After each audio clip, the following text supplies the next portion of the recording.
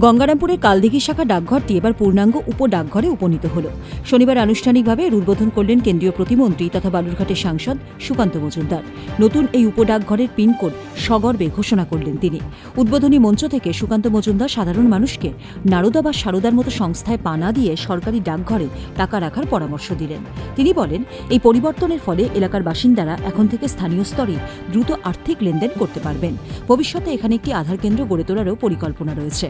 এই উদ্যোগে কালদিঘি ও পার্শ্ববর্তী এলাকায় খুশির আমেজ ছড়িয়ে পড়েছিল। শুনলেন আমাদের যিনি এই জেলার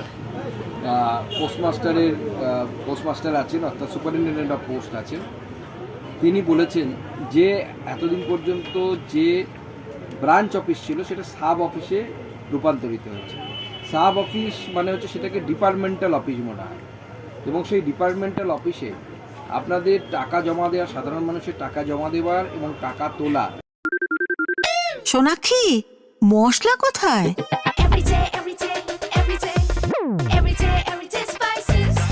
এভরিডে মশলা, দেশের স্বাদ।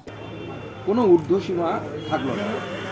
অতএব তারা যতটা পারবেন সেখানে তাদের কাজ ব্যবহার করতে পারবেন, কাজে ব্যবহার করতে পারবেন, ব্যবসায়িক ক্ষেত্রে ব্যবহার করতে পারবেন। শুধু তাই নয়, এর সাথে সাথে আগামী দিনে আমাদের এসপি সাহেব বললেন, জেলার যিনি অধিকর্তা আছেন আমাদের পোস্ট অফিসের, তিনি বললেন যে আগামী দিনে এখানে আধার সেন্টারও তৈরি হবে এবং আধার কার্ডের সমস্যা থাকলে সেগুলোকে রেকটিফাই এখানে করা হবে। অতএব একটা ফুল ফ্লেজেড, যাকে ইংরেজিতে বলে, অর্থাৎ স্বয়ংসম্পূর্ণ একটা আমরা কিন্তু পোস্ট অফিস পেতে চলেছি। এর ফলে এই এলাকাবাসী অনেক অনেক সুবিধা হবে। বিশেষ করে যারা ব্যবসায়ী মানুষ আছে, যারা প্রতিনিয়ত টাকা তোলা, টাকা জমা দেওয়া তাদের কাজে লাগে, সেক্ষেত্রে অত্যন্ত গুরুত্বপূর্ণ ভূমিকা পালন করবে এই পোস্ট। গঙ্গারামপুর থেকে জয়ন্ত সরকারের রিপোর্ট, উত্তরবঙ্গ সংবাদ।